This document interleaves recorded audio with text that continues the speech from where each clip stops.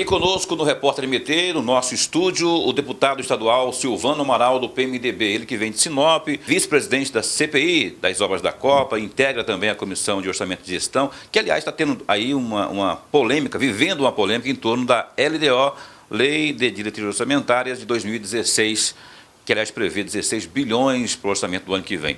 Deputado Silvano, olá e bem-vindo aqui ao Repórter MT. O senhor é vice-presidente da CPI das Obras da Copa, que no primeiro semestre, quando ela foi instituída, começou num gás só e foi perdendo força ao longo dos meses.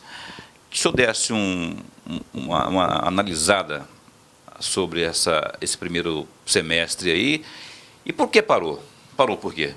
Primeiramente, obrigado pelo convite, é um prazer estar aqui. As obras da Copa, a CPI das Obras da Copa, ela é uma CPI que teve simplesmente um problema na contratação de técnicos. Na questão das obras, como se trata de obras de engenharia, de obras específicas, de ações diferentes, de obras muito específicas, então houve a necessidade de contratação de técnicos, de pessoas, de profissionais que pudessem auxiliar e participar também da assessoria da CPI. Aí, nesse procedimento todo, houve alguns questionamentos, houve algumas indicações de irregularidade na contratação, que aí, então, suspendeu-se os nossos trabalhos para que pudesse regularizar primeiramente a contratação. Depois de algum tempo, depois de muita discussão, a Assembleia resolveu contratar a Fundação da Unemat para que pudesse fazer o fornecimento desses profissionais, e todo esse processo está em andamento, está em encaminhamento. Esse gás todo que você falou que a CPI começou, vai continuar. No entanto, nós precisamos agora tomar o cuidado de não errarmos nas contratações desses técnicos sob pena de nulidade dos trabalhos realizados. Errar em que sentido? Errar no formato de contratação. Foi contratada primeiramente uma empresa, uma OCIP, né, onde ela poderia se contratar os profissionais, mas o procedimento de contratação, entendeu-se que se poderia se fazer um processo de dispensa e tal, mas infelizmente a Procuradoria Jurídica entendeu que não poderia ser feito, e aí começou os técnicos a trabalhar enquanto se preparava o processo e acabou criando-se essa celeuma toda. Diante disso, a CPI e também a mesa diretora procurou entendimento junto ao Ministério Público, procurou entendimento junto também ao Tribunal de Contas do Estado de Mato Grosso e também à Procuradoria da Casa, para que a gente pudesse ter as garantias necessárias nessa contratação. Por isso que está dando esse tempo. Algum tempo ainda a gente já não tem essa sessão mais, porque não temos ainda a finalização desses contratos, a finalização desses procedimentos administrativos todos, para que a gente possa definitivamente dar continuidade nos trabalhos, só que agora com a segurança jurídica definida, com a contratação definida, para que a gente não possa, lá na frente, sofrer alguma interpelação, sofrer alguma ação jurídica que venha invalidar todo o nosso trabalho que já estava e vai continuar sendo feito. Mas vai dar tempo, deputado, porque falta muita coisa. A CPI sequer chegou à sua metade, não é? E existe um prazo para que ela seja terminada, ainda que haja também a brecha que ela seja também postergada. Aliás, ela pode ser adiada não, ela pode seguir mais à frente, não é? Existe tempo para isso? E outra coisa, a grande pergunta, Silval Barbosa, ex-governador, governador que estava gerindo todo esse processo, o Maurício Guimarães, ex-secretário da Secopa, vão ser convocados? Qual que é a meta, quais são as metas para a CPI de agora em diante? Olha, primeiramente essa questão dos prazos, eles podem ser dilatados, eles podem ser ampliados, justificado tecnicamente, inclusive por esse período que ficou parado em função dessas contratações. Então está totalmente justificável, e a CPI, a comissão, com certeza nós vamos acabar pedindo essa dilação de prazo, porque nós temos 180 dias, mas a lei, inclusive, permite que a gente possa ampliar esse prazo, tendo em vista a justificativa desse período que ficou parado.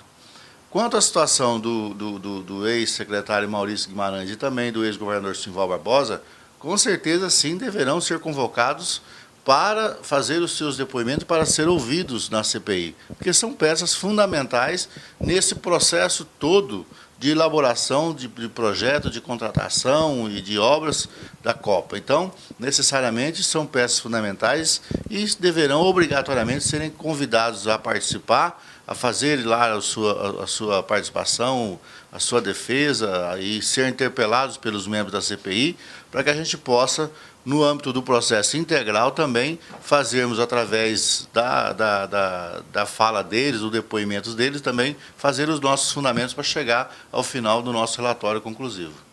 Qual que é a sua avaliação particular e também como correligionário do Silval nesse processo todo? Muito se culpa o ex-governador que poderia, segundo os críticos, ter dado outro rumo a essa condução aí das obras da Copa. Qual que é a sua avaliação sobre? Olha, a minha avaliação é que, veja bem, hoje a CPI ela só existe porque houve umas conduções erradas, senão não teria CPI. Infelizmente as obras se atrasaram, muitas obras não tiveram a qualidade necessária, está aí para todo mundo ver.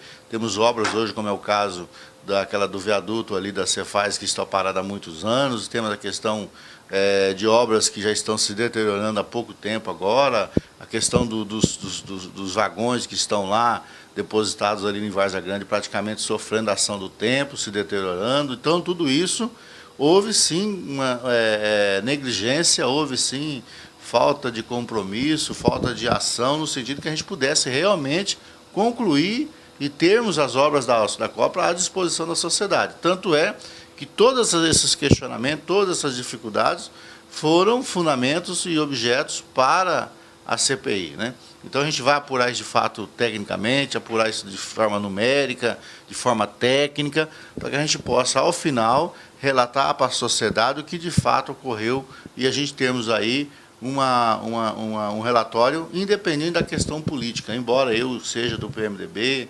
sou deputado eleito pelo PMDB, a minha condução partidária não me isenta totalmente, me deixa muito tranquilo em relação às questões do ex-governador Silval Barbosa. Tenho tranquilidade, vou fazer o nosso trabalho muito bem fundamentado, muito bem tecnicamente. Eu faço parte da subcomissão de licitações e contratos da CPI, estou analisando com os nossos técnicos, com toda a nossa equipe sobre esse processo. E vou fazer com muita isenção, até mesmo porque a sociedade espera um resultado, a sociedade quer saber de fazer o que está acontecendo. A gente passa várias vezes por várias ruas dessa cidade de Cuiabá e a gente vê essas obras aí, muitas delas abandonadas, como é o caso dos trilhos, o caso de obras paradas de viadutos que não terminaram, e a gente vê obras com defeito, com dificuldades, e nós temos que sim dar uma resposta para a sociedade, porque a gente é deputado e uma das funções primordial de um deputado estadual é a fiscalização, e a CPI tem essa ferramenta principal, que é fiscalizar e mostrar para a sociedade o que de fato está acontecendo. E essa subcomissão que o senhor inclusive encabeça, ela que trata a questão dos processos licitatórios, dá para ter uma dimensão, eu não sei se o senhor já consegue ter essa percepção no dia de hoje, mas percebe-se que houve roubalheira, houve desvio de dinheiro, houve improbidade na execução dessas obras? Esse processo todo e essa afirmação, ela tem que ser feita ao final do relatório. É muito leviano, né? E a gente já afirmar qualquer coisa que nesse sentido de andamento a gente possa fazer. A gente está analisando com muita tranquilidade, com muita paciência, porque são processos enormes. Veja bem, tem processo licitatório lá que chega a dar 1 metro de altura de papel, né? Então a gente precisa fazer com bastante cautela, com bastante propriedade. Tem muitas denúncias chegando, muita documentação chegando de fora que possa nos dar essa tranquilidade. Inclusive, vamos também chamar para depor aquele rapaz chamado Hollis, que também foi um dos denunciantes na época, disse que houve desvio, que houve má conduta no processo licitatório. Nós vamos chamá-lo para depor, para que ele possa também falar nesse processo. Então, qualquer coisa que se falar agora, nesse sentido, ser leviano. E nesse sentido a gente não pode falar. Eu estou trabalhando com muita tranquilidade, para a gente possa trabalhar em cima de documento, de provas concretas. Falar sem nenhuma prova, isso é leviano e também não é da minha personalidade. Todo o processo, todas as ações têm que estar necessariamente fundamentadas. Conosco aqui no Repórter MT, o deputado estadual Silvano Amaral. Falar em Silval Barbosa, já está na Assembleia Legislativa aquele parecer favorável do Tribunal de Contas do balancete 2014 do Silval. Como que o senhor vai se posicionar ao votar, no dia da votação, como que o senhor vai se posicionar em relação a esse relatório, a esse parecer? Olha, eu vou analisar esse processo também com sem muita imparcialidade, né?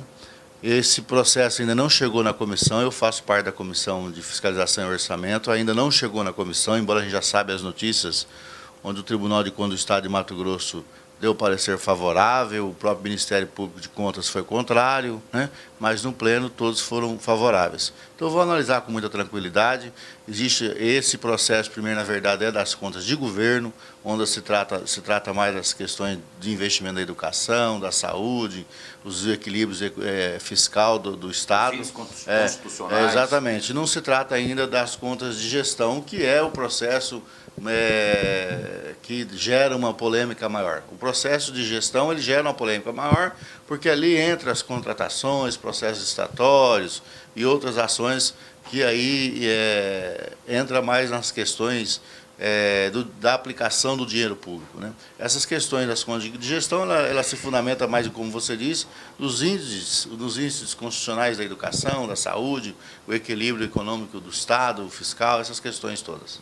Pois é, mas o senhor compondo a Comissão de Orçamento e Fiscalização, o presidente dessa comissão é o José Domingos Fraga, que vai escolher entre os membros o relator. No caso, o senhor vai alegar suspeição por ser do partido, se auto-julgar suspeito, por ser do mesmo partido do Silval, se for o caso de ele escolher o senhor? De forma nenhuma. Se, de repente, a comissão entender que eu possa ser o relator dessa matéria, farei com muita competência e tenho muita tranquilidade, né? Modéstia à parte, a gente tem uma experiência muito boa. Eu trabalho na gestão pública desde 1989, boa parte dela como secretário de Finanças e Orçamentos, inclusive da Prefeitura de Sinop, que também não é tão diferente em termos de legislação com o Estado de Mato Grosso. Praticamente as leis são as mesmas. Mas se for entendimento da comissão que eu possa relatar esse processo, farei com muita tranquilidade e com muita imparcialidade. Não tenho nenhuma peso de consciência, nenhuma intranquilidade. Eu tenho muita satisfação de se assim a comissão me escolher, né? E farei com muita imparcialidade, porque a sociedade merece saber da verdade. O Tribunal de Contas já deu o seu parecer e cabe agora à Comissão de Fiscalização e Acompanhamento do Orçamento e também ao Pleno da Assembleia Legislativa do Estado de Mato Grosso se posicionar a favor das contas do governador Silval Barbosa. Bem, por falar em Sinop, o senhor que trabalhou por muitos anos como secretário lá em Sinop, secretário de Finanças, como está a situação do município de Sinop, que, aliás, tem aí, depois de Rondonópolis, o maior PIB, vamos dizer assim, de parlamentares, não é? Rondonópolis tem senadores, tem deputados estaduais, enfim. E lá em Sinop tem 3 deputados estaduais e 1 federal. Como está servido o município de Sinop em termos de atuação na prática desses parlamentares? Olha, nós temos o deputado Dilmar Dal Bosco, né, que é ligado ao grupo político do Nilson Leitão, e temos também o nosso caso, o deputado Baiano Filho, que é do PMDB. Andando para a Confresa, parece? Só teve essa informação. Ele tem lá uma ação muito forte no Araguaia, mas também tem uma atuação muito boa ali na região norte de Mato Grosso, ali na região de Sinop.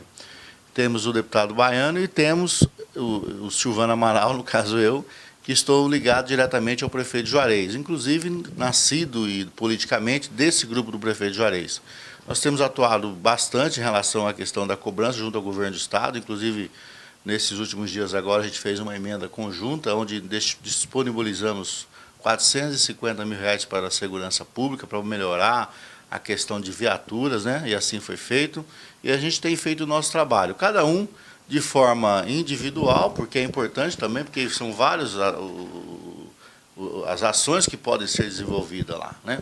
eu tenho feito um trabalho muito em conjunto com a Prefeitura, com o prefeito Juarez. Inclusive, tenho continuado acompanhando os investimentos, aqueles projetos grandiosos que estão lá, como é o caso do PAC, o caso do PAC Aeroportos também, o PAC de pavimentação urbana, o recurso de irrigação. Tenho trabalhado bastante nesse sentido para que a gente possa também continuar ajudando a Prefeitura na liberação de recursos junto ao governo federal. E o governador Pedro Taques? O Pedro Taques, que é do PDT, não é?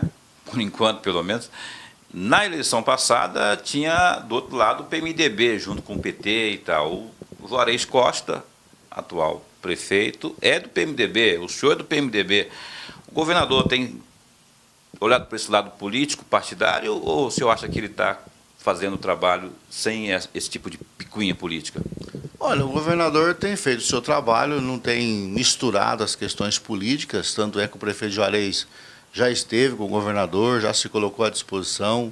O governador Petaco já esteve em Sinop algumas vezes, já inclusive inaugurou. Ações para lá. Inclusive esse dia inaugurou lá, colocou em funcionamento as 12 UTIs pediátricas do Hospital Regional de Sinop. Então, essa discussão política da oposição, da briga, do governador ser de um partido, o prefeito ser do outro e tal, a gente não pode reclamar. O governador tem lá colocado agora há pouco a disponibilização dos policiais, de novas viaturas para a segurança pública, tem feito as suas ações. Então, não existe aquela discussão do governador puxando para um lado, o prefeito por outro. A discussão política hoje, ela está bem harmônica em relação à prefeitura, governo do estado e deputados estaduais. Embora eu eleito no PMDB, também tenho ajudado e tenho feito a minha parte como deputado estadual para ajudar o governo a andar, para ajudar o governo a se resolver os seus problemas, como é o caso, inclusive, da LDO, que tem ajudado e constituído bastante essas ações para fazer andar, né? Essa questão política das defesas das candidaturas de prefeito e tal, com certeza vai acontecer o ano que vem. Lógico que cada partido, cada liderança política vai ter a sua escolha, o seu lado, e nós vamos disputar as eleições. Só que essa discussão, 2016, as eleições lá de Sinop já começaram, né? Já tem nomes sendo colocados, o PMDB mesmo, o grupo encabeçado pelo PMDB, pelo prefeito Juarez, tem já seus nomes colocados, a oposição também, né, do grupo do deputado federal Nilson Leitão, já praticamente nas preliminares, pelo menos, a guerra começou. Olha, na verdade existe lá uma discussão de alguns nomes que é natural. Os partidos começam a se organizar. Agora, dia 30, agora no final de setembro, né, tem lá os prazos de eleição, de filiação e tal, para poder fazer a discussão política. No entanto, esse processo todo, nesse primeiro momento, ele de certa forma, ele dá uma certa aflorada, né, os nervos ficam meio, né, animados, mas faz parte da política, né? Nós temos o princípio da anuidade, das filiações, né, que deve acontecer, mas os nomes já estão colocados. Lá nós temos, lá do lado do grupo, que fazem parte daqueles que são ligados ao prefeito, correligionários do prefeito Juarez. Temos lá vários outros grupos também, como o grupo do senhor Roberto Dorney, que é do PSD, que embora tenha falado que não é candidato, em função de infelizmente, perdeu a esposa no acidente, da perca da esposa e tal, mas não deixa ainda de ser uma opção. Temos o Dalto Martini, temos também a vice-prefeita do prefeito Juarez, a Rosana Martinelli, que é uma pessoa muito cogitada também, tem feito lá o seu trabalho, é pioneira da cidade, também tem boas condições. Do outro lado, né, que é o lado que é capitaneado lá pelo deputado Nilson Leitão, temos lá o Dilceu Dal Bosco, né? Ou o Dilmar. Ou o próprio Dilmar também, que tem falado aí que ele também é candidato, né? Então, essas discussões todas, ela vai se afunilando, vai acontecer de fato o ano que vem. E em Sinop nós temos uma tranquilidade muito boa nesse sentido, viu? Porque a gente não tem assim uma discussão muito antecipada. Essa discussão acontece agora pelo princípio da anuidade.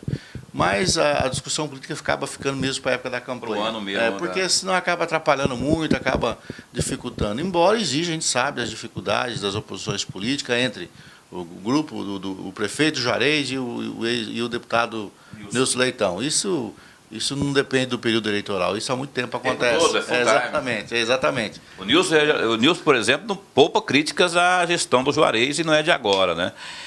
Para ele está péssima a gestão, lá do prefeito Juarez, num município que, não, se está péssima, o município não para de crescer. Então tem alguma coisa errada aí. Infelizmente a gente tem essa discussão política, mas eu vou falar uma coisa para você. Eu sempre tenho dito que a verdade aparece, né? Não adianta falar, criticar, dizer que está errado, dizer que está mal feito, dizer que não funciona, que não avança.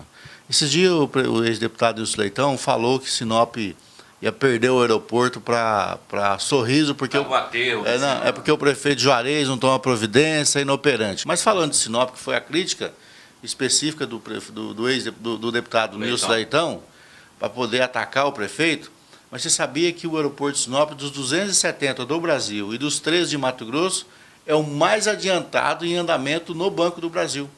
Então, quer dizer, o prefeito tem feito a sua parte, tem contratado estudo, tem se adiantado, tem se colocado à disposição da Secretaria de Aviação Civil, da Superintendência do Banco do Brasil, para que as coisas aconteçam. Mas, infelizmente, nem sempre acontece na velocidade que nós queremos e precisamos. O aeroporto de Sinop precisa acontecer. Nós temos em Sinop em andamento, mais de 70 milhões de obras em andamento, construindo, fazendo asfalto, fazendo esgoto, fazendo recursos federais. Recursos federais do PAC. São 50 milhões do recurso do PAC, que é o que está em andamento, mais 5 milhões de contrapartida da Prefeitura. Depois temos outras obras da Prefeitura que vai juntar mais 8 milhões. Nós temos um recurso do Ministério da Integração também, que é um recurso viabilizado pelo deputado Valtenir Pereira, de mais 8 milhões. Nós temos lá construindo 1.440 novos apartamentos para pessoas de baixa renda, que é de 0 a 6 salários mínimos, do programa Minha Casa Minha Vida, que está em andamento. Então, nós temos mais de 10 unidades básicas de saúde, qualidade. É qualidade que é feita, obra com porcelanato, obra com bom acabamento, que dá uma dignidade para as pessoas que vão lá ser atendidas, dá condição para as pessoas que lá trabalham. Nós temos em andamento lá um programa que o prefeito tem feito de revitalização de avenidas urbanas, que é a Avenida do Tarumã, a Avenida das Palmeiras, a Avenida das Itaúbas, que realmente estão dando um grande ênfase para a cidade de Sinop. Então, nós temos a Avenida da André Maggi, que está sofrendo toda a transformação dela, fazendo todo o serviço de drenagem, todo o trabalho, onde vai revitalizar aquela avenida, vai ficar um cartão postal da cidade. Enfim, e nós temos lá, no total, em torno de quase 20 quilômetros de ciclovia. Sinop não tinha 1 metro dentro do perímetro urbano ali de ciclovia, nós vamos ter mais de 20 quilômetros de ciclovia, passeios públicos, deixando a cidade humanizada, verde, bonita. Então as coisas estão acontecendo. Agora, na verdade, eu não me preocupo muito com as críticas do Nilson, porque a crítica pela crítica não vale a pena. Você tem uma ideia? Ele não tem ajudado, não? Não tem ajudado. O Nilson não tem ajudado. Fez algumas emendas lá que não se paga, o recurso não sai. Ele tem essa relação péssima com o governo federal de xingar, inclusive, muitas vezes, baixar o nível, inclusive. Pedir o impeachment da Dilma. Exatamente, pedir impeachment, falar que, por exemplo, uma palavra... Ela merecendo também umas puxão de orelha. Pois é, merece sim, mas eu acho que as pessoas, no mínimo, têm que ser tratadas com respeito. Quando ele disse agora há pouco que a ex-presidente queria colocar, né, uma situação, peço desculpa pelo palavreado, mas dizendo que o presidente queria colocar a mandioca no povo brasileiro. Isso é um absurdo, usar de um microfone numa Câmara Federal para falar baixou o nível. Baixar o nível. Eu acho que a crítica é construtiva e ela tem que ser feita com qualidade, tem que ser feita com fundamento, tem que ser feita com respeito, né? E a administração, o prefeito Juarez, receberia essas críticas com muita tranquilidade, sim. Se elas tivessem fundamento, se elas tivessem verdade, se ele tivesse também se preocupado com a questão do aeroporto de Sinop, para poder realmente acontecer, muito pelo contrário, parece que torce contra, né? Só que ele esquece que quando ele torce contra a administração do prefeito Juarez, ele não torce contra o Juarez, ele torce contra a cidade. E isso é muito ruim, isso é péssimo para a cidade, né? Mas, de qualquer forma, o Juarez tem conseguido fazer um bom trabalho, a sociedade está lá, está vendo, é só sair na rua que você vai ver a transformação que aquela cidade está sofrendo. Pois bem, o deputado estadual conosco aqui no Repórter MT, Silvano Amaral. Vou fazer a última pergunta para o senhor aqui, deputado, para a gente encerrar a nossa conversa. Está já com a ficha na mão para ser assinada e entrar no seu partido, o PMDB, o senador Blairo Maggi, que hoje está no PR. Nos próximos dias deve. Ele já confirmou que vai para o PMDB. E aí eu lhe pergunto a expectativa em torno disso e o que muda com o peso de um senador do porte de Blairo Maggi no seu partido. Olha, a expectativa é muito boa para todos nós que somos PMDBistas, né? E, como você disse, o peso do porte de um governador, como um ex-governador que fez um grande trabalho, ajudou a transformar Mato Grosso, com o conhecimento do senador Blairo Maggi, o respeito que ele tem no Brasil e também fora do país, né, pela sua capacidade empresarial, então isso nos dá uma grande alegria ter o senador Blairo Maggi agora também como PMDBista. Isso nos dá muita tranquilidade, dá muita alegria, porque a gente vai continuar fazendo o nosso trabalho, inclusive eu faço muito isso, que é andar o estado do Mato Grosso, que é conhecer as cidades, discutir as políticas, fazer reunião com os partidos, para que a gente possa sempre fazer o partido crescer.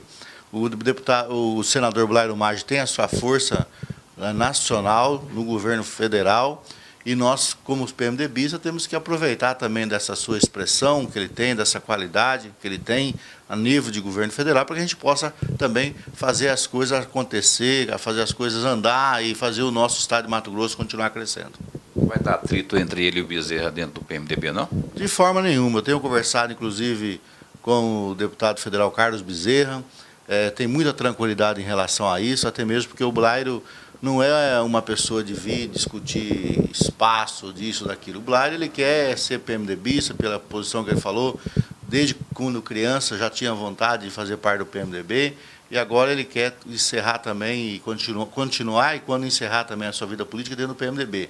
Tem uma tranquilidade, uma harmonia muito grande, não só com o deputado federal Carlos Bezerra, que é o presidente estadual do partido, mas também com todos os outros deputados, prefeitos, vereadores, que estão muito tranquilos e muito felizes com a vinda do nosso senador Blairo Maggi para o PMDB.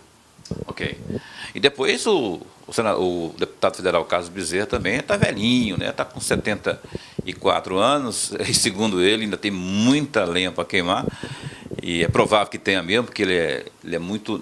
Quando se diz PMDB, ele realmente veste a camisa. Eu quero deixar o senhor à vontade para suas considerações finais, deputado Silvano Amaral. Eu queria mais uma vez agradecer por essa oportunidade, dizer para nós que somos deputados, que fazemos parte da política, sem a mídia a gente não existe, né? É preciso sempre estar mostrando e fazendo o nosso trabalho, e a mídia é para isso, para mostrar o que nós estamos fazendo, qual é a nossa atuação, e agora, mais uma vez, agradeço a você por essa oportunidade, para que a gente possa demonstrar um pouquinho daquilo que a gente está fazendo, trabalhando por Mato Grosso.